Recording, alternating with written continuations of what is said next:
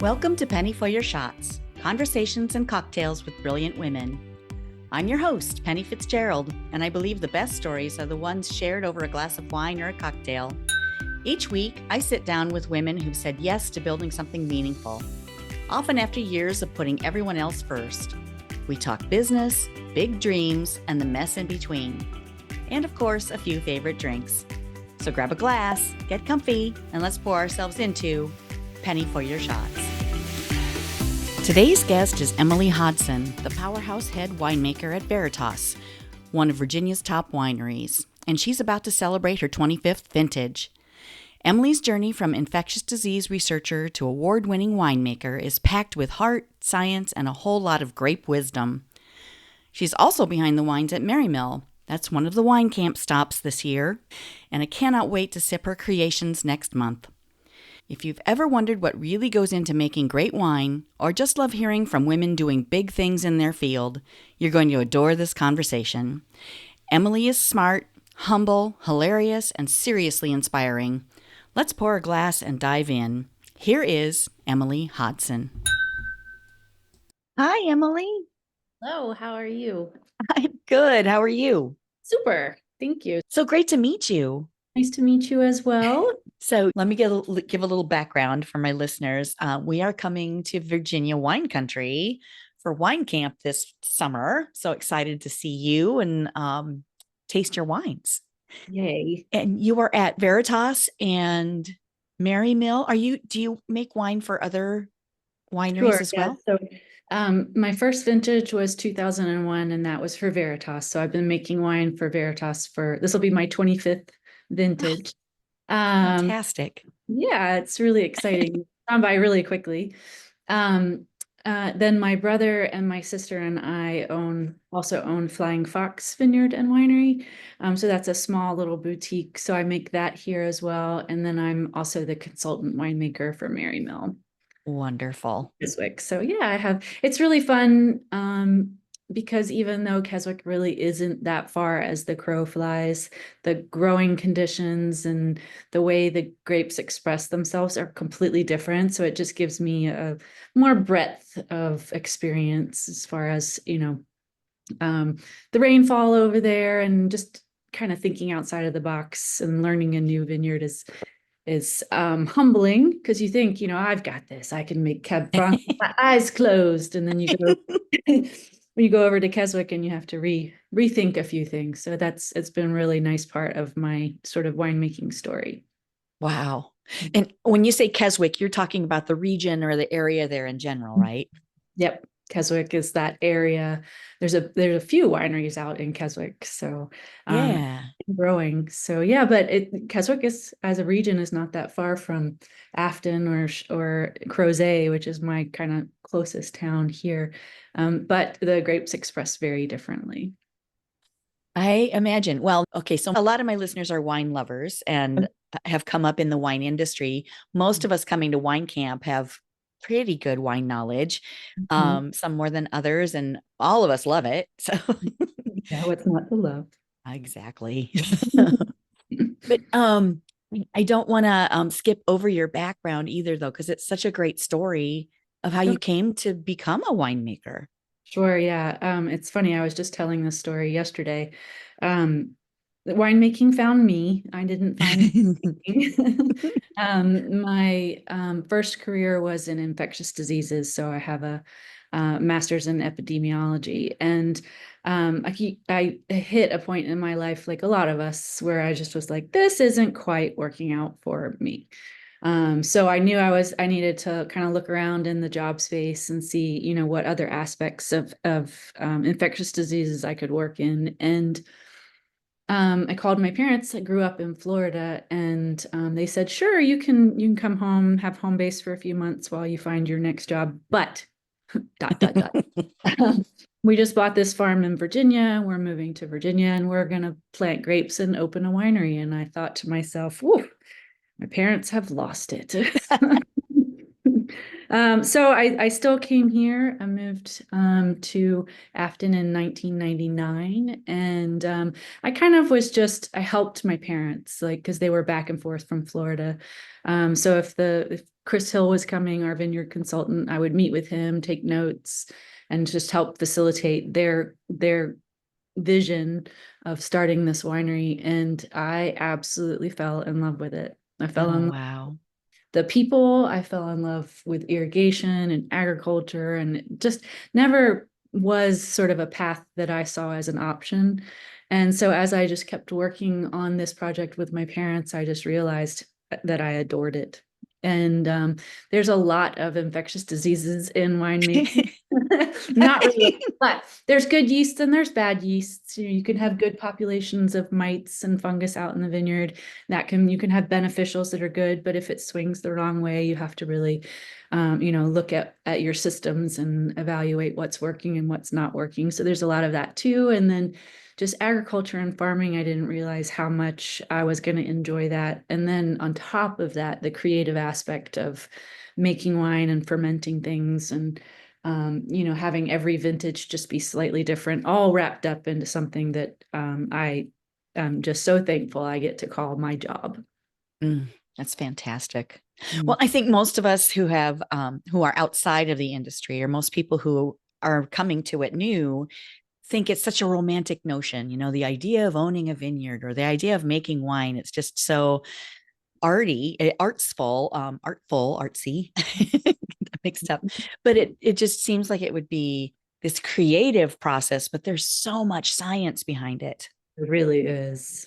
There Yeah. really is so much science behind it, so much grit behind it. Just like being out in the field, bug bites, like The non-glamorous side. it's a strange job actually, just the amount of time you spend in the field and then also in the cellar with barrels and hoses and I'm basically in food production. So that's the non-glamorous side of it. But in the end, that's my favorite part is the cellar work, the fermentation, the processing of wine. Fermenting grapes to wine is like the coolest job ever. Mm. Packaging and filtering and going to bottle, maybe not my favorite part of the job, but definitely necessary. Like I can't just ferment things. I also have to order labels and capsules and corks and make it all fit, Wow. hit a production schedule. And Hmm. a lot of, I think the other side of it is there's also a lot of logistics. So it's not just, oh, my Chardonnay is ready, I'll pick my Chardonnay. I have to make sure I have tank space for that Chardonnay coming in and the next day's grapes coming in. And so there's like this long-term planning of how much fruit is out there, how does it fit in tank, and then where is it going as far as like our lineup of wines, right? So Hmm. if I'm not making a Chardonnay, I have to find somewhere for that Chardonnay to be in a wine somewhere in the cellar, whether that's sparkling or a dessert wine. So there's a lot. There's a lot. It's a lot of Yeah. but it's fun. It's super fun. It sounds like it'd be a new thing every day. Mhm. It is. That's the beauty of this job. It's very seasonal. It's cyclical. And you never really know what you're going to do on any given day. And it changes a lot. And so that's nice. It's really Yeah. Well, gosh, I mean, hearing you speak about all the different parts of it. So you're a scientist one day, you're a farmer, Mhm. you are a owner, manager. You have to have the business knowledge, the project management, the logistics, even the buying, the purchasing of the bottles, the labels, and going through all of the legal hoops that you have to go through to get Yeah, the labeling completed and all of that. correct. Do you have a team that helps you with all that stuff, or I have a fabulous team. are I do. I work with my brother-in-law, Elliot Watkins, and he's basically running all of our sparkling program. So he's taken like a big giant piece of it. And that's worked out so great for both of us. And then I have a lab tech that does all of my lab work. We do that all in-house. So the more science part of it. And then I have Chris and Kelsey who do basically all of the production work for me. And for example, like yesterday, I was ordering capsules, and I would go to Kelsey, how many gold capsules do we have left? And she would go and check and do inventory on what was left. And then that allows me to put together the order for what we need for June and July. And so, yeah, I have a really wonderful team. And then I also have Covey, who is, I like to call him my vineyard liaison, but he's kind of more out in the field than I am on the daily. So he's my boots on the ground out in the vineyard, and he'll come to me if there's a problem or if there's a good thing or just something new. We have an invasive pest this year that's just gotten to Virginia. It's kind of traveling from the north south. And so he'll, give me updates on spotted lanternfly and, what it looks like out in the vineyard. So yeah, there's a bunch of us, not to mention tasting room staff that are running, point of sale and all of the upper management, which keeps all the wheels turning. And our wine Right. manager and our marketing manager. And Oh my gosh. we like to we call ourselves the Veritas family, because we all kind of try and sit down and eat lunch together as much as we Oh. can, just share sort of what's going on throughout the property. And so it's really great. And like I said, I think we have just such a great team in all aspects of Mm. Veritas. So You'd have to. I mean, there are so many different components and moving parts, and gosh, the hospitality piece of it too is mm. something I didn't even think about before, but absolutely in the tasting room, and making guests feel welcome and want to order your wines. And Take it home and mhm. have a fabulous experience while they're here. In Virginia, we're so lucky to have just such a great agritourism industry, where we do Mm. have these tasting rooms and the space for people to come out and be with their family and sit and throw frisbees and enjoy wine grown here. And I think there's a certain magic to it that people can feel, but it's hard to put into words. When you're just sitting having rosé that was grown here, somehow I feel like you can tell tastes better.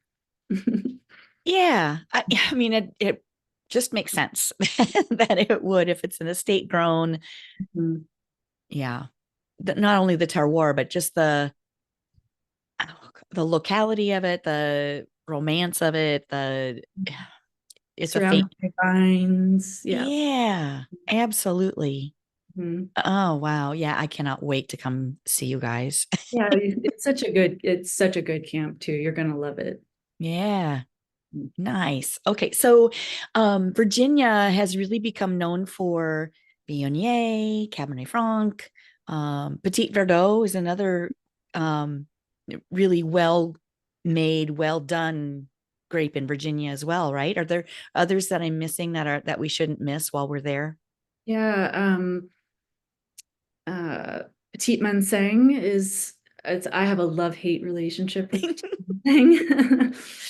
We're growing it beautifully here. I haven't quite found my happy place. It has such high sugar and such high acid that I'm still fiddling with stylistically where I want to be with the wine. So some years I'm making it off dry, so just a touch sweet. Some years I'm trying to make it totally dry. And so I'm still Uh-huh. evolving my own personal style and with the grapes that I grow with that wine. But what I love about Petit Manseng is just its natural acidity. We're so Mm-hmm.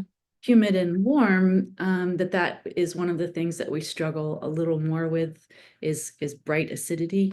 So Mm-hmm. anytime I have a grape that brings that naturally, I'm gonna keep working on it till I get it right. And you said Cab Franc, right? Yeah. Yeah. Cab Franc I love in so many different ways. Viognier, I grow and produce a lot of Viognier. Some of my peers, they have their love-hate with Viognier. Um, I just adore how Viognier is expressing on my farm. Just fresh fruit bowl, really has its Mm. own fingerprint. And so I've really enjoyed working with Viognier. I think a lot of people are playing with Tanat, again, Oh, similar to Petit Verdot, just a big ink yeah. red. And one grape that I have seen recently that if I was planting, I would plant. I see Virginia just recently doing Albarino so great. Mm. Every time I've had an Albarino in Virginia so far. I'm like, that is awesome. I would plant that grape here. So that I think that's going to be an up and comer. And as soon as spotted lanternfly moves out, I will probably myself plant some Albarino, which makes no sense because I already have Sauvignon Blanc. So I already have a white grape kind of already in that space. But I think we're making some beautiful Albarino. And so I want to get the opportunity to do that myself too. Yeah. Such a nice summer sipper. Oh yeah. Yeah. So expressive too. And I think, you know, from what I'm reading in the media and everything as well, is that, you know, not to talk about the cons in the wine industry or the hardships in the wine industry, but the whites seem to be doing better than the reds, just as far as, you know, if there is a dip, the whites are seeing less of a dip. I'm not sure economists can exactly explain it, but that also encourages me to look at alternate white varieties. Oh, sure. So yeah, Yeah, that makes sense. Well, and I don't know. I personally, I feel like any dip is temporary. You know, sure. people are going to come back to wine because it's just, I mean, it's been around for how many thousands of Oh, years? exactly. And we're not going anywhere. No. We love what we do. We've invested in all these vines. It's not a commodity. It's a craft No. lifestyle. So And a yeah. grocery line item for most of us. Oh, So yes, exactly. You know, I was just listening to a podcast this morning. Oh, I can't remember the name of it right now, but something in my cart where they really were talking about, you know, wine and wine's place in a shopping cart and how, you know, it's consistently kind of on the list in the shopping cart. It was a really interesting podcast, but I agree with you. Yeah. absolutely. Yeah. Well, getting back to varietals, Cabernet Franc, Cab Franc, that's one of my very favorites. Mm-hmm. I absolutely love it. It's Yeah. elegant and it just is so food friendly and very, I mean, you can have it, you know, one of my favorite pairings is a second glass. That's so good. I haven't heard that before. I love that. I'm going to use that. My Yes, favorite please. drink is a second glass. No, I feel the same way, and it's really interesting. You can't get very many winemakers to agree on very many things, but we do all agree on Cab Franc in Virginia. We're all really enjoying making that wine, you know, as an elegant, structured wine. We're enjoying using it in rosé. I mean, enjoying using it in sparkling. It's just so robust and it's so, you know, so unique to Virginia and so happy. The grape is just so happy in Virginia. We're not fighting, you know, like it's Yeah. producing well and it's not high maintenance and just making Mm. solid high quality wines. And so many people love Cab Franc. And now that they know about it, and Yeah. so I'm happy about that because I Me do too. too. I Yes, do I know. The more is better when it comes to Cab Franc. too. Nice. We Um, actually, I had one wine dinner a couple weeks ago where one of my courses was just Cab Franc. It wasn't paired kind of along really? your thought processes. Um, I had a 2017. Oh no, I think it was 2007. Anyways, doesn't matter. I had an older vintage Cabernet Franc that I just poured as one of the courses just so we could sit and talk about it. And it was 100% Cab Franc. And that was the first time I'd actually done that in 25 years of wine dinners. It's just like, this course is this wine. Let's talk about it. Yeah. Because it was worth it. It was worth taking the time to just, you know, have the wine be what we talk about. Yeah. Mhm. Nice. Well, and with varietals too, if listeners are out there trying to figure out, okay, what does this taste like? What is it? How do you compare it? I was a wine judge for many years and still judge the Iowa State commercial wine competition, but there are other competitions that I judged. I had some Virginia wines in the Jefferson Cup Oh, okay, yeah. Invitational. Yeah, Mhm. years ago. But one of the best ways to learn about a varietal, I feel, is to have a flight of them, all the same grape, 100%, you know, maybe 7 different Cab Francs, and you'll really get to understand, okay, this is what that's supposed to taste like.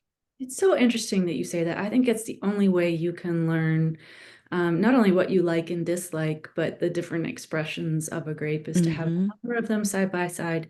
Because if you have one at a time, you don't have reference points.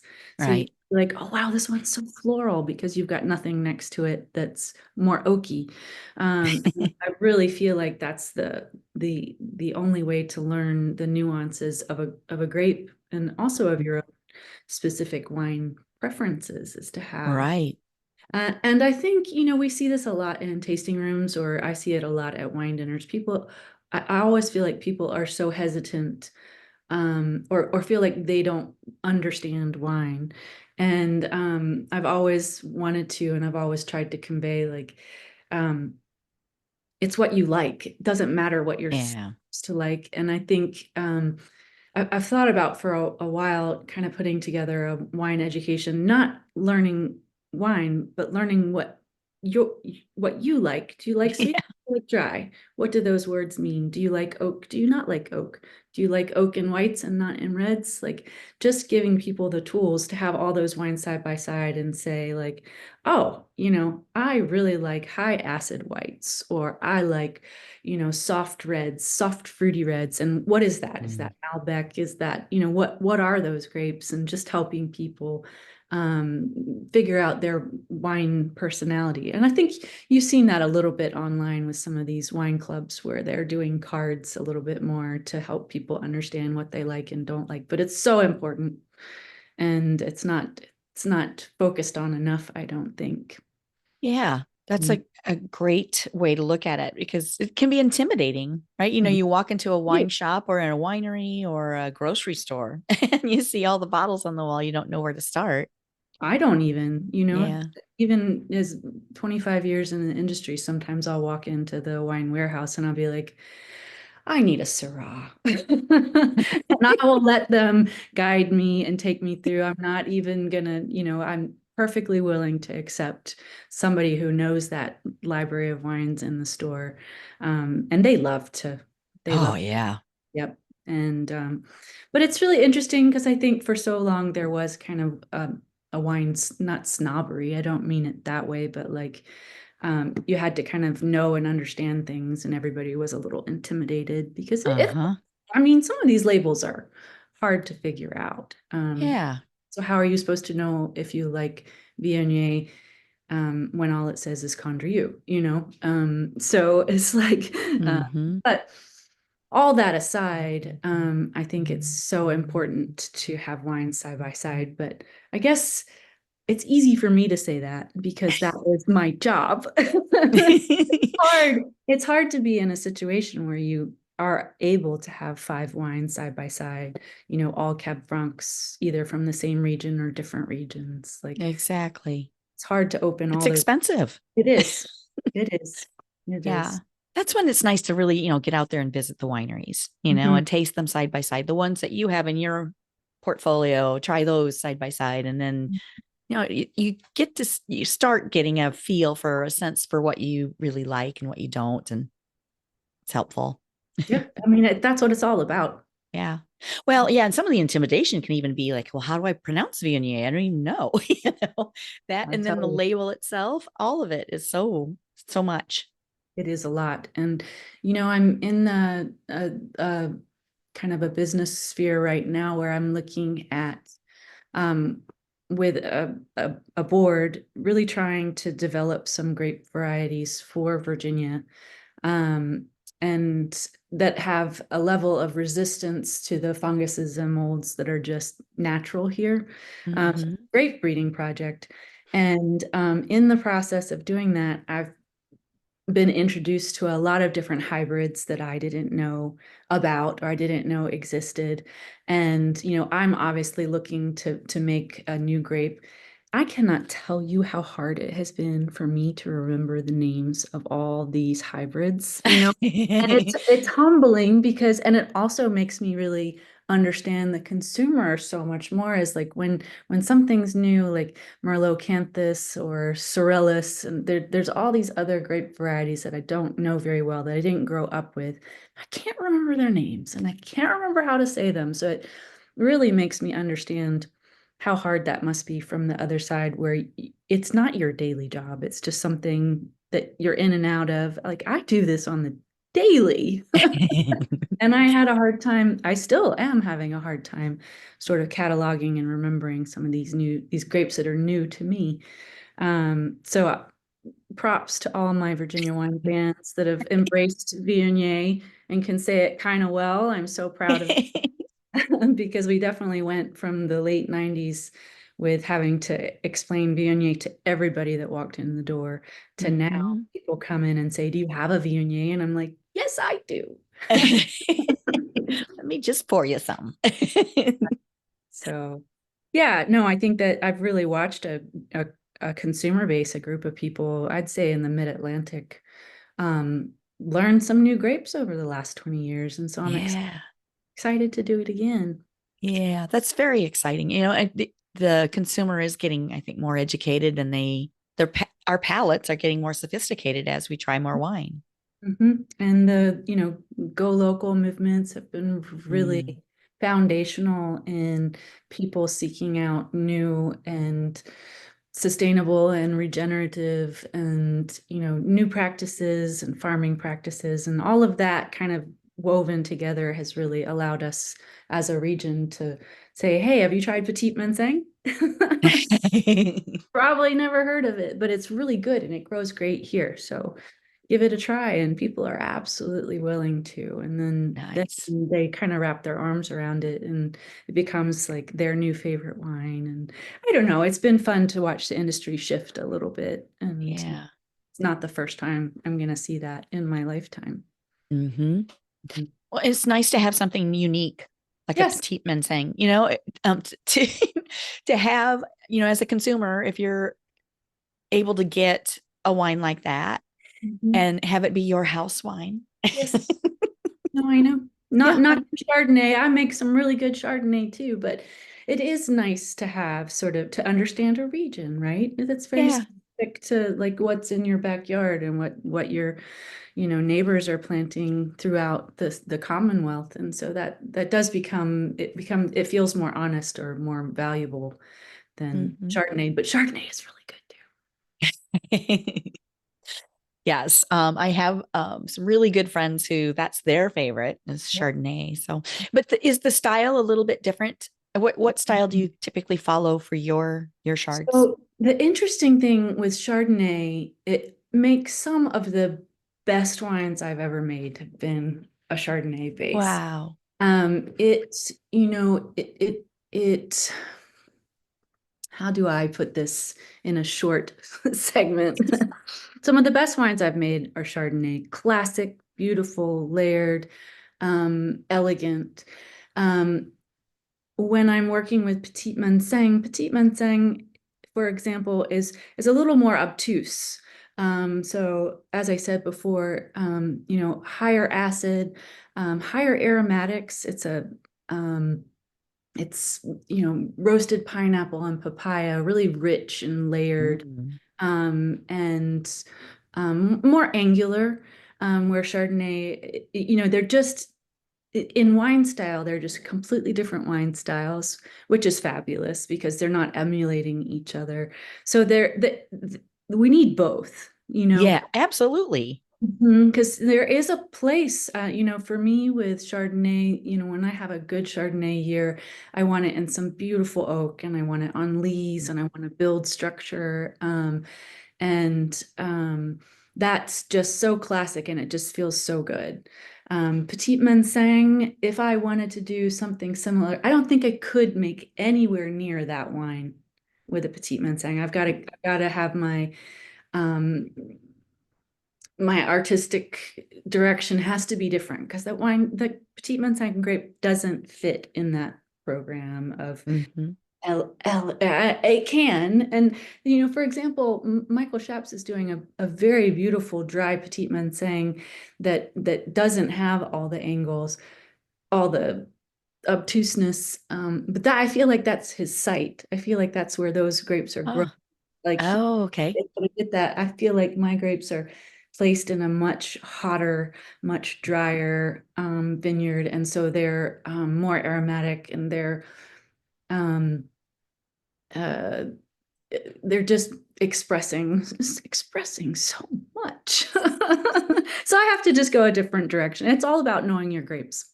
Yeah, they have a lot to say. Ew, I sound like psycho. But it's That's a true. good thing. You got to have a little crazy in there to keep it Uh, interesting. it's true. I know, you have to have conversations with your grapes, and they can't always do what they've always done, and you have to really just keep evaluating, the quality that you're producing, the what's coming out of the vineyard, whether it's quantity or quality. And you always have to just keep reevaluating every year, even just looking at how much rainfall you've had throughout the year. You start having ideas about, okay, this has been the driest I've ever seen it. I'm going to need to start thinking about, yeasts with slightly higher alcohol tolerance, or I'm going to have to really think about managing fermentations well, because, there's just so many things that as I go into every vintage, I am thinking through is like, how am I going to put this all together? Yeah. So That's where a lot of experience comes in handy, right? Because you've seen some of those things before, like a dry year, a hot year, a wet year. certainly, I mean, I used to fuss in my early days, when every year would be just, there would always be a monkey wrench somewhere, always be Mm. something different. I'd be like, I thought I had just figured this out. And but now it's my favorite part. Now, paying attention to those details and highlighting the high points and being able to manage the low points, that's the part I love the most. And so Mm. that year to year variation actually allows me to be even more creative, because you're constantly kind of thinking through, okay, that's what I would have done if it was hot and dry, but I don't have hot and dry. So what do I do when it's cool? Like Yeah. so that's the best part. And I think that's what makes Virginia, I think that's why everybody's so excited about Virginia. I think not only do we have these, beautiful vintage variations, but you've also got a group of winemakers that adore that and want to lean into all our vintage variations and all the stories of, what happened in 2017 and what happened in 2020 and what does that look like and how does that express in this wine? And I think that's the fun, in this industry right now. Mm. How does soil sample or figure into all of that too? Because you've got a lot of different soils around you too in your area. We absolutely do. Even on this farm, which is, 150 acres, the soil from the front entrance to the top meadow is completely different. Mm. Um, I think ultimately, some of the best vineyards in Virginia, we've done a really good job of finding soils that drain well, whether they're Mm. on a slope so the water just falls off, or whether they're just a more porous soil so the grapes don't have wet feet. I think that is how the soils express more than anything, is that ability to process the copious amounts of water that we do have. I am very thankful for all the rainfall and humidity we have. It makes it slightly harder to farm, but we're never, water shortage is scary, and so Mm. I'm always thankful for the rain, even when it's making my job challenging. But yes, I mean, certainly, my Cab Franc that's up on the top in, granite-based schist in a very sandy loam is very, very, very different than the Cab Franc I have down in the lower elevations. And elevation is a part of that too, but really the lower elevations have a more clay in the Edneytown loam, and they express so differently. And, in a hot, dry year, the in the hottest, driest years, the vines that are up on the top with very little water reserves are actually stressed. So they, in the hottest, driest years, they might not actually express as well as kind of lower where the soils are holding just a little bit more water capacity. So there's so many different things, but that's why it kind of moves around a little bit depending on the vintage, and just having your grapes in different aspects and different soil types just is just different colors on your palette. Mm. You're making me very thirsty. Okay.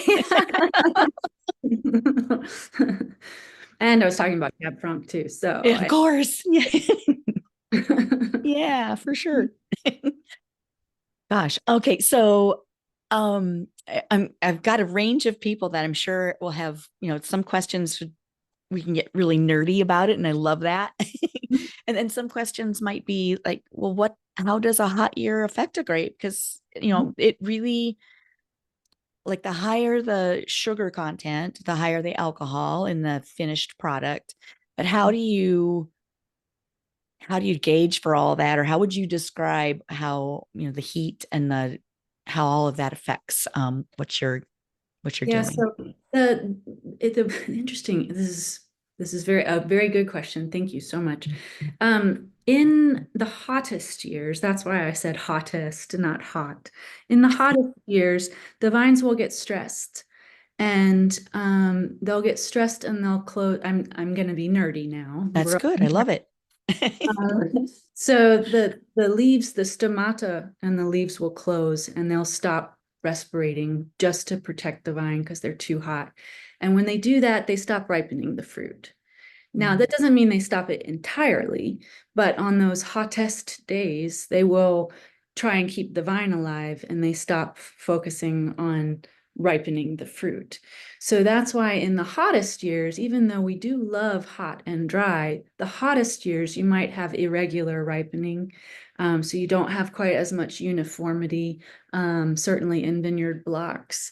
So the hottest years, it can be problematic. I do love hot and dry. That is my preference. But if it gets so hot that the vines are closing their stomata and trying to survive instead of ripening fruit, then things get a little weird. Yeah. Not all grapes respond the same. Tannat, for example, if it's hot, it's shutting down. It's not ripening. It's like, peace, you guys. I'm gonna survive right now. Whereas like Merlot actually really does like the heat. The Merlot leaves or the vine seems to be much more resilient to high heat. And so extreme heat can cause vines to stop ripening. But you're right, when we're hot and dry, then we are seeing sugars rise more. And as a winemaker, I do love that. I do love the fact that it's going to ripen a little bit faster. I'm going to get a little higher sugar, and then just a little higher alcohol, which brings more weight and more body to the wine. It also means I'm probably going to pick a little earlier. I love to get fruit off as soon as possible. So that's a positive as well. Before the deer come and all Yeah, of before that. the deer come, I will say gosh, what year was it? There was a year that was so hot, not so hot. It was hot and dry. It was like normal hot, drier than usual, and very little hurricanes. And so I hung fruit out as long as I could because I was like, whoa, look at this. I can get this up for 25 bricks. And I'm processing the fruit. And long story short, at the end of the day, I was really disappointed in my wine quality because I felt like I had taken it too far. So Oh, I the went, balance was off, or? yeah, the balance was off. So I was much more extracted and heavy, and I lost the freshness of the wine. I'm trying to remember what vintage it was. It might have been 2010. Um, but that was a teaching moment for me because I was like, well, yeah, I got higher sugar, but I lost beautiful fruit expression. It's more like dried fruit aromas instead of Mm. Bing cherry. It was Hmm. dried cherry instead of a Bing cherry. So what I learned from that is like it's not all or nothing. Like so now I'm very comfortable if I want to bring in some Cab Franc a little early, I understand that I'm bringing it in for the life and the brightness of the wine. Mm. But I'm also willing to leave some out to, let it ripen to its fullest extent. But I also understand there is a too far on that, even if it's perfectly warm and perfectly dry. I don't want Uh-huh. to get I like the young, fresh, vibrant wines to start. Hmm. I can't even remember what your question was. Soil? heat? Oh, heat. Yes, it was a heat question. It was, yep. Yeah. So yeah, it can be too hot, vines shut down. That doesn't do us any favors. But as long as we have enough water and we're not spiking too much, the vines do a pretty good job. And my job is to watch the sugar and the acid. Yeah, back to that scientific thing. And the tannins in reds, you really are looking at the seeds, whether the seeds are green or brown, because that can really affect the tannin quality of the wine, whether you have green tannins or brown nutty tannins. And it's a spectrum. And as I think what Mhm. I was trying to allude to is like, yeah, you can pick too green, but you can also pick too ripe, like Yeah. there's both ends of that ripening in a harvest. So much experience in all of that. Wow. And you've been doing this for 25 years? My 25th vintage this year. Wow. Super excited. We've had That's yeah, yeah. and we've had a sequence of very good years, Mm, knock on wood, yeah. here in Virginia. 21, 22, 23, 24 have all been pretty solid vintages for us. So fingers Nice. crossed on 25. Hmm. Yeah. Have you got a good celebration planned? We actually celebrated the winery's 25th last year. Okay. So, but it's my 25th vintage. Okay. Oh, no, no, I don't. And you know what's also really interesting? It'll be my 50th birthday this vintage too. So, oh no, Wow. actually, no, I turned 50 in 26. I'm a January baby. So we might have to put that all into one big thing. Oh, Yeah. I did my 25th vintage and I'm 50 years old.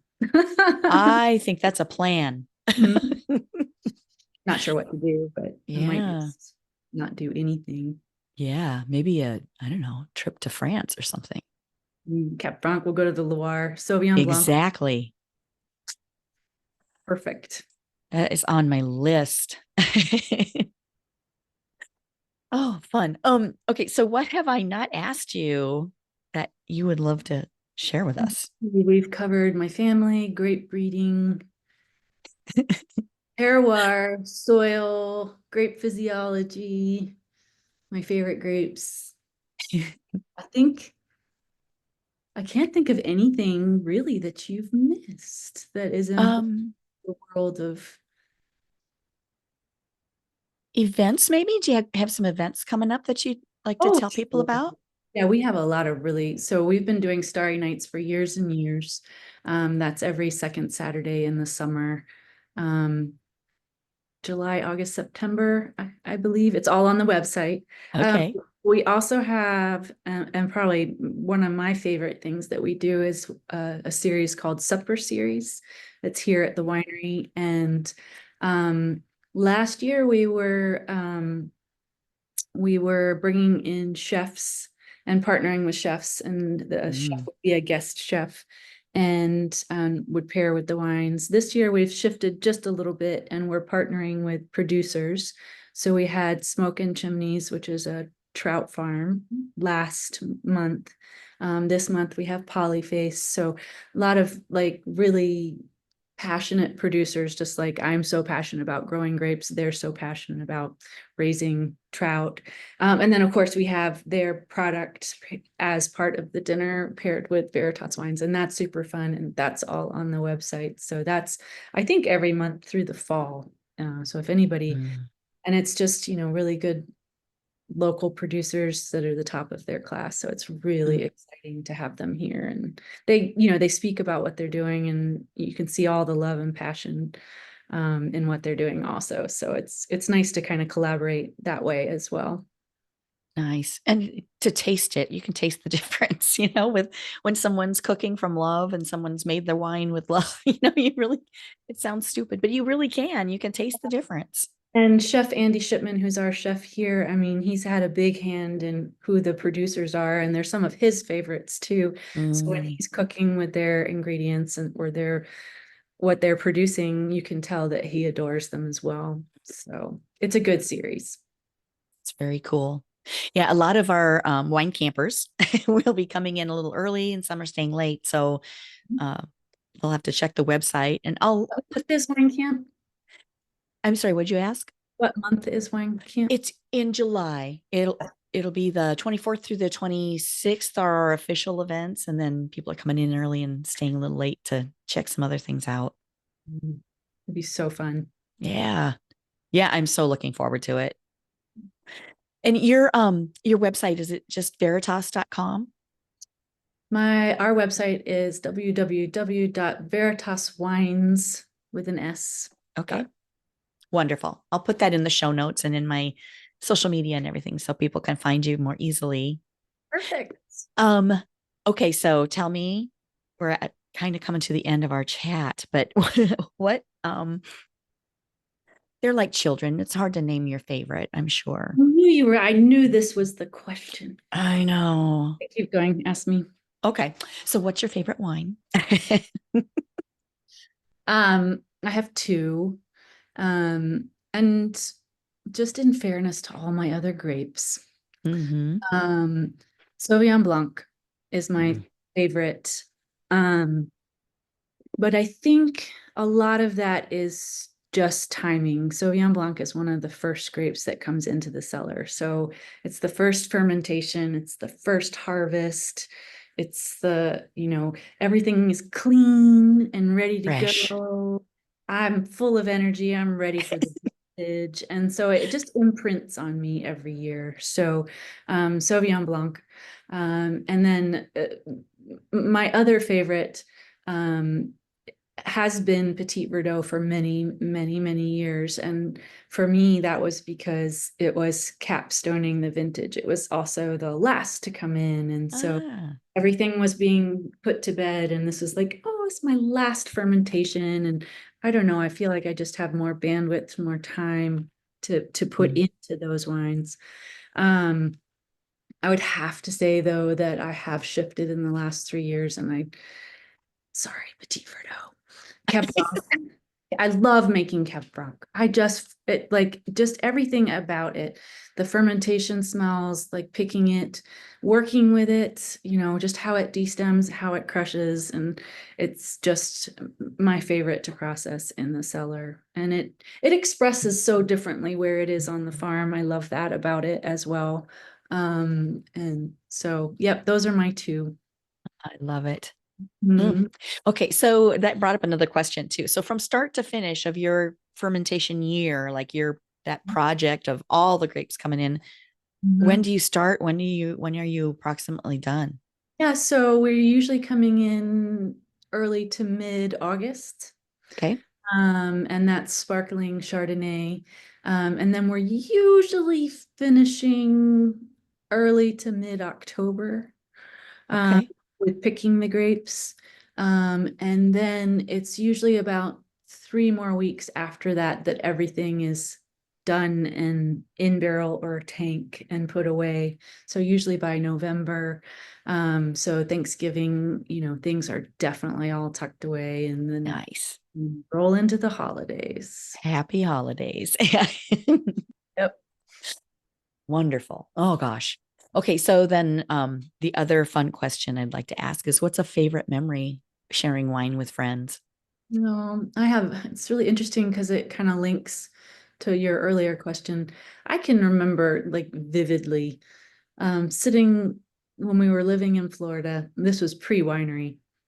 We're living in Florida. My dad opened a bottle of Cloudy Bay Sauvignon Blanc, and we're Mm. just sitting outside, and he poured me this Cloudy Bay, and I can just remember it as like the first time that he and I, my parents are European, so I grew up with wine in the household, but I think it was like the first time that he and I just geeked out over together. Do you know what I mean? We were Yeah, both I like, do. oh my gosh, do you get gooseberries? And it's not that Sauvignon Blanc was new to us. It might have just been the day. I don't remember why we were sitting outside having a glass of wine, just my dad and I. Um, but that's why we planted it here. Um, Mm. we were advised not to plant Sauvignon Blanc because it's not the cluster is too tight. It's Mm. not a perfect grape for Virginia's climate, but when we got here, I was like, Dad, we have to plant Sauvignon Blanc. Like, if it doesn't work, we'll pull it out. And So we put it up top where the wind is so that it stays as dry as possible. And I feel like it's been very happy up there, but that's why we have Sauvignon Blanc in our portfolio, is that wine memory, Mhm. just the two of us. And that was before my parents we weren't talking about having a winery, that was Mhm. pre Veritas What a wine. fantastic memory Yeah, too that and you not like share a with your dad. super, like it's not a super fancy wine or anything like woo. It's just I just remember it like it was yesterday, and it's always been a Mm. part of when I'm making Sauvignon Blanc. I always remember that and our time, and why we're growing Sauvignon Blanc was just all the way back to that day by the pool. Mhm. Love it. Mhm. Okay, so I have to ask you, where in Florida? Jacksonville, Florida. Jacksonville. Okay, my husband and I have a home in Sarasota as Oh, I well. love So yeah. Sarasota. Sarasota is Yeah. nice. Yeah. Yeah, I lived most of my life in Florida. I was there until 96, I think. Like Yeah. that's where we grew up. That's where my family grew up. And then we moved here.